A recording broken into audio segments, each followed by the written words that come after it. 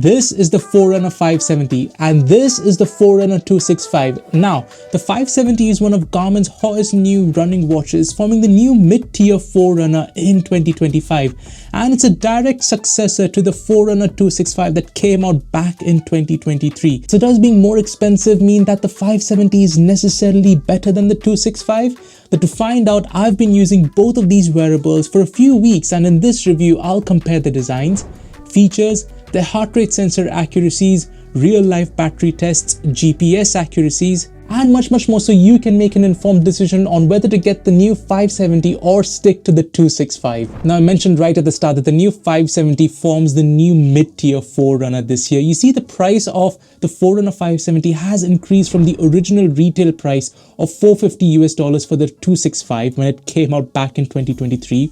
Now, the 570 comes in two sizes just like the 265 did, a smaller 42mm version and a larger 47mm version. Each size comes in 3 different colors, and some of those colors for the new 570 are a bit brave to say the least. Now, there's also a few variations for the 265's colors depending on the size you get. Now, I've got the 570 in this 47mm version in a color that Garmin call indigo aluminium with translucent imperial purple, but I'm just gonna call it purple for the rest of this video. And I've also got the 265 in the larger 46mm version in this aqua color, which I really like. Okay, so let's compare the design, specs and features of both of these Forerunners, and I'm gonna jump straight onto the major hardware upgrade, which is the introduction of the Elevate V5 or Gen 5 suite of sensors on the Forerunner 570 with increased number of LEDs that help with better heart rate tracking accuracy for intense activities like sprinting,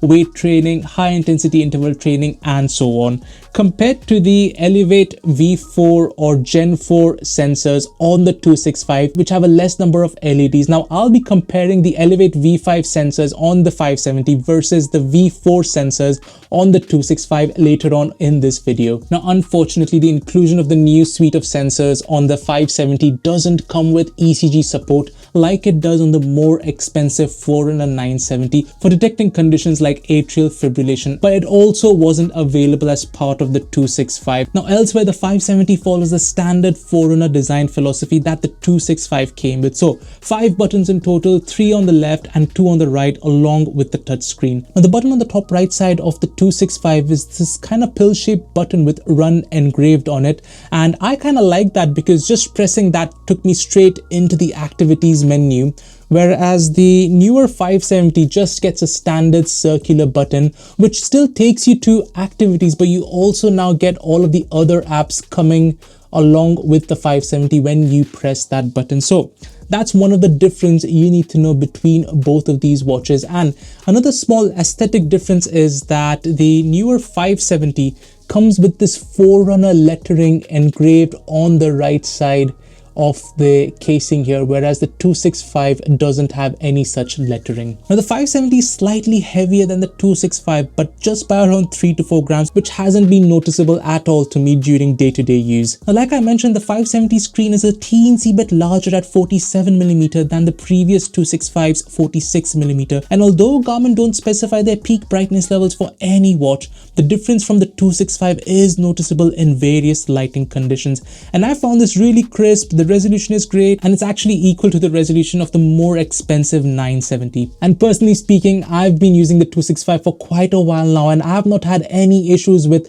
low brightness conditions in various environments. So I wouldn't upgrade from the 265 to the newer 570 just because there's a bump in brightness in the new AMOLED display on the 570. Now, speaking of displays, both of these are made of Gorilla Glass 3, which is scratch resistant and chemically strengthened. So no major upgrades here on the 570 when it comes to the display material, but personally I'd have liked to see the 570 come with an even more durable display like the Corning's Gorilla Glass 3 DX that is more durable than the Gorilla Glass 3, and it came on the Forerunner 965. Now, one difference in durability here is that the newer 570 gets an aluminium bezel versus the plastic bezel that we had on the 265, so the 570 is a bit more protected for rugged outdoor activities compared to the 265. Now, both get 8GB gigabytes of storage, which is useful for all of your offline music and podcasts. Now, the software in the 570 has been updated to Garmin's latest version of OS, and it feels quite snappy, smooth. It still retains the core functionality and format of having these glances, which are a summary of key stats like your heart rate,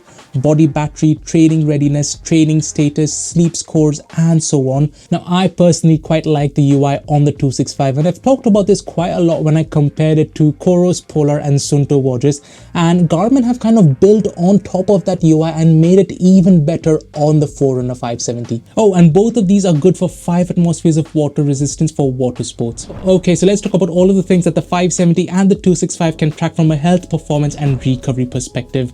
Now, the 570 is packed with a bunch of different sport profiles, too many to list in this video. In addition to being a full-blown running watch, it's still a multi-sport watch, so you can use it for triathlons, duathlons, and aquathlons, just like you could on the 265. And there are a few more additions to cycling, outdoor recreation, water sports, and snow sports over the 265's activities. Now, chances are that you're looking at both of these watches not just to track your running, but to also improve your running game. And for that specific purpose, both of these have a really rich suite of features for running, performance, and recovery that are very similar to each other. And when it comes to activity settings and data pages, there's loads of customization options to track several metrics on the go, along with the ability to create your own workout or training session with intervals, different durations, distances, and so on. And for running, both the 570 and 265 provide useful metrics on top of your usual heart rate and pace charts. So you've also got your elevation, training effects, which are pretty standard metrics, so I won't discuss them in detail here.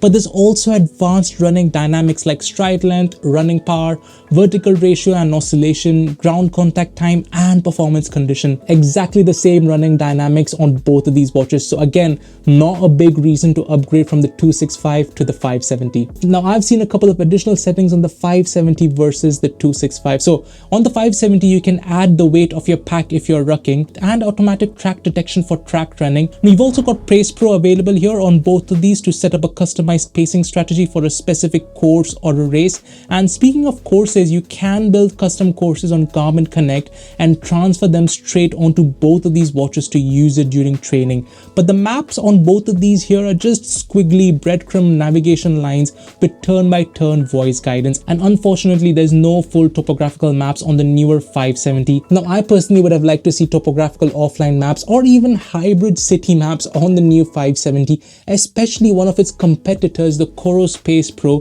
costs the same as the now discounted 265 and has full-blown topographical offline maps as well as hybrid city maps available that work really well. And you can check out my full in-depth comparison between the 265 and the Coros Pace Pro by clicking on the pop-out banner right now. But honestly, keeping that aside, I'm sure there's something available here for everyone to suit their training needs. Now, you can also broadcast your heart rate over ANT+, Bluetooth, and Wi-Fi and connect these to a chest strap if you wanted to. Now, the training status feature on both of these watches go a bit deeper by tracking the acute and chronic training loads and provide a training readiness feature to understand how ready you are to take on your next session. And there's also race predictor here. Now, the recovery metrics as well as the training guidance features are exactly the same on both of these watches, so you're not really going to miss out on any of them by keeping or buying the Forerunner 265 over the newer 570. Now, one thing to note is that the stamina prediction feature as well as new metrics like running economy, step speed loss, and impact loads aren't available on the new 570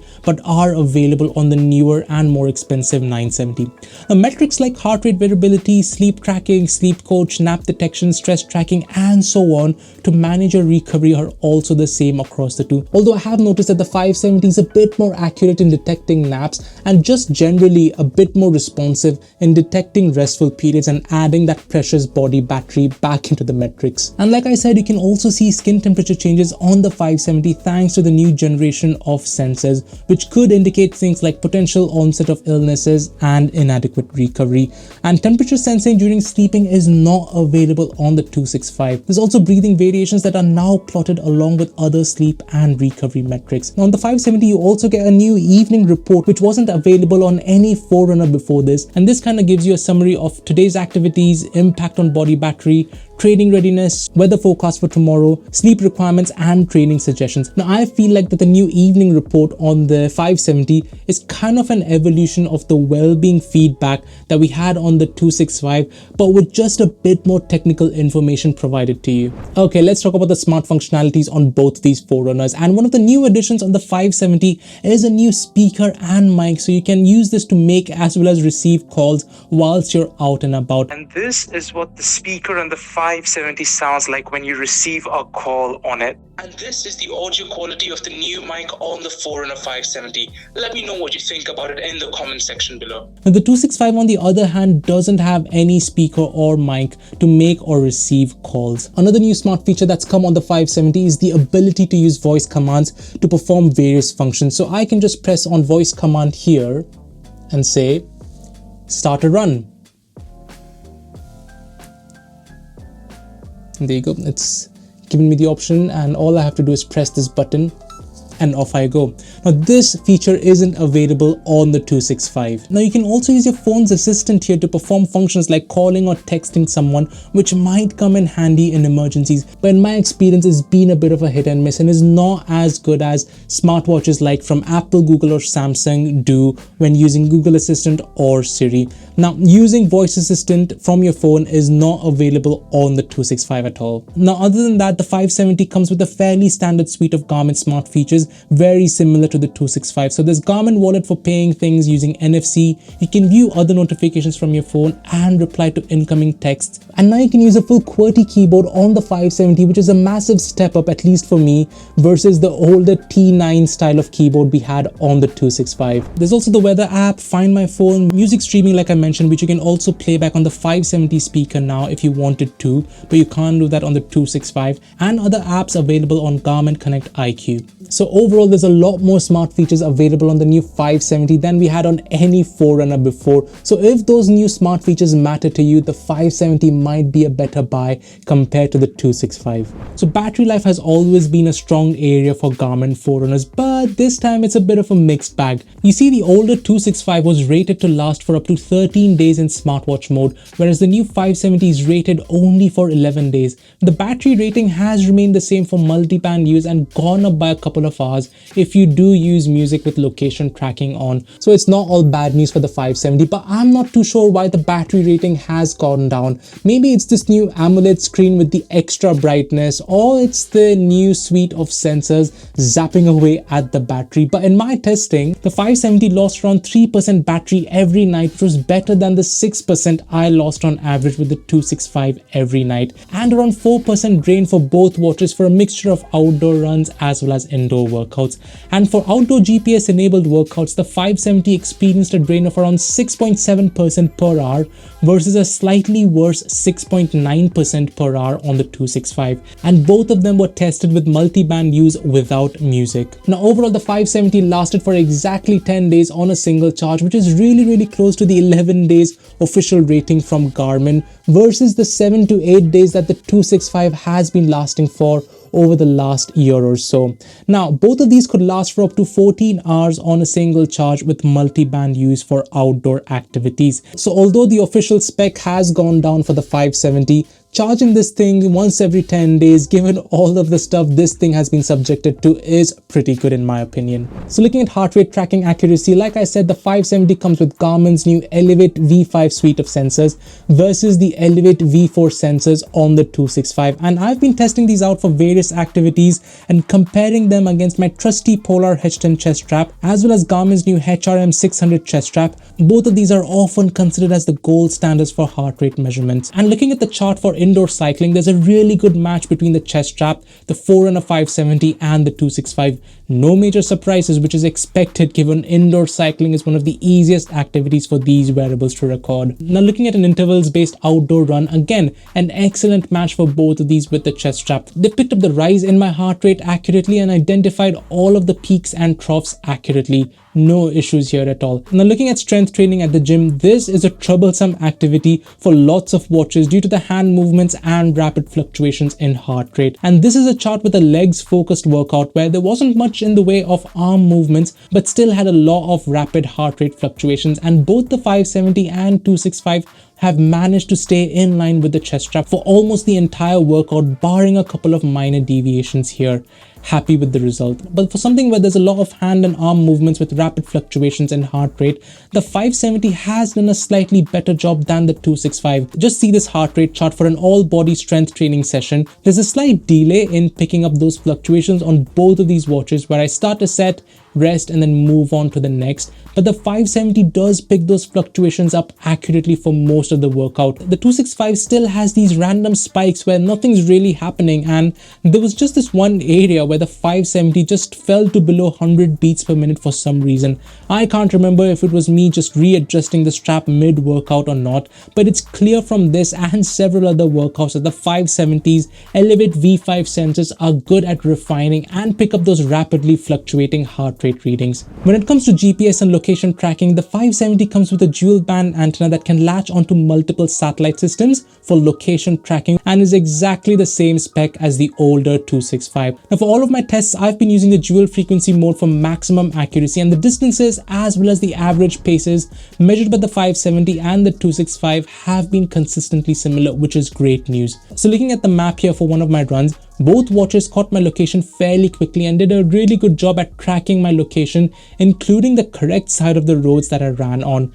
Now, this area had a fair bit of tree coverage and they've managed to stay locked onto me without deviating from the footpath. Now, there was this bit in the city where I kind of crossed the road in a bit of a wonky way, and both watches have tracked that route well here, including this part where I lost my way near this roundabout, and both watches again accurately picked up how I traced my route back here and went ahead. They've also picked up other parts where I crossed roads, and on my way back again, both watches have tracked me on the other side of the road, which is accurate. Really good segregation between the footpaths I took at the start and towards the end of my run. You can really see the dual frequency antennas doing their jobs, but that's no major surprise.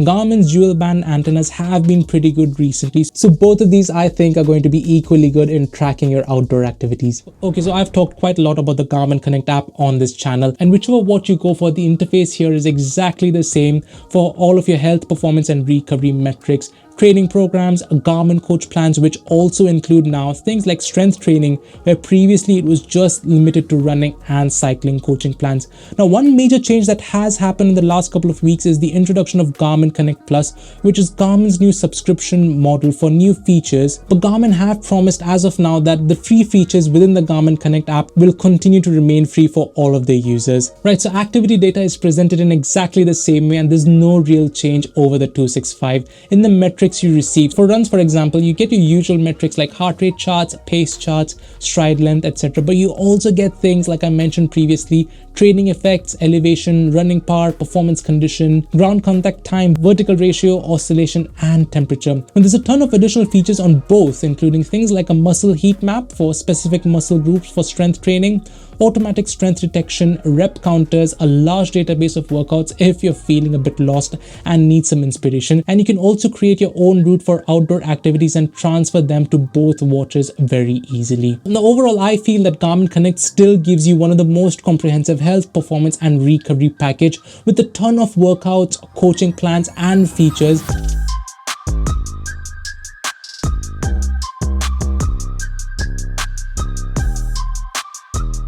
So then, which one of these Forerunners should you go for? Now, I feel that both of these are excellent sports wearables, but I do want to give the older Forerunner 265 a special shout out.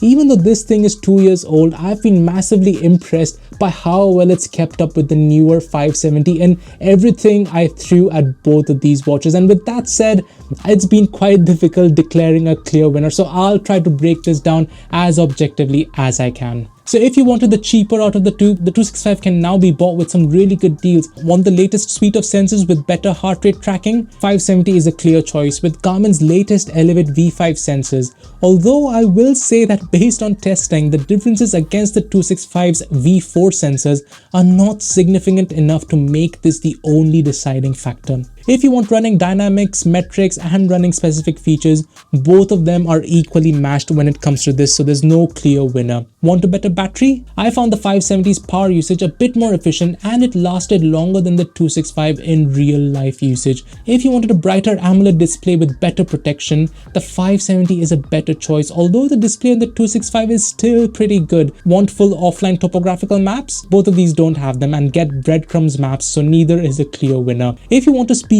and a mic to make as well as receive phone calls from your watch, want to access your phone's Siri or Google Assistant and use voice commands on your watch, again, this feature is only available on the 570 and not the 265. Want a full QWERTY keyboard to type custom messages? 570 is a clear winner, although the 265 still gets an older T9 keyboard to type custom text replies. So hopefully using that table, you can now pick one of these Forerunners depending on features that matter most to you. But if you were to hand me $550 today and ask me to pick between one of these Forerunners, I'm inclined to still pick the Forerunner 265. You see, even after 2 years, this thing still packs a really good punch, and I'd try to get this for $350 or even less than that if I could. I'd also probably start looking at the Forerunner 965, which does get full offline topographical maps and is slightly cheaper than the 570 with some retailers. I think that the differences here on the 570 compared to the older 265 are not significant enough for me to spend that extra $200. Now, if you were brave enough to look outside of the Garmin ecosystem, check out the link in the pop-out banner right now where you can see a full in-depth comparison between Garmin, Coros, Polar and Suunto watches. But if you still want to stay in the Garmin ecosystem and want the best Forerunner with all of the latest features, make sure you press that subscribe button so you don't miss out on my full in-depth review of the new Forerunner 970 and an epic comparison between the 265, 965, the 570 as well as the 970. See you in the next one.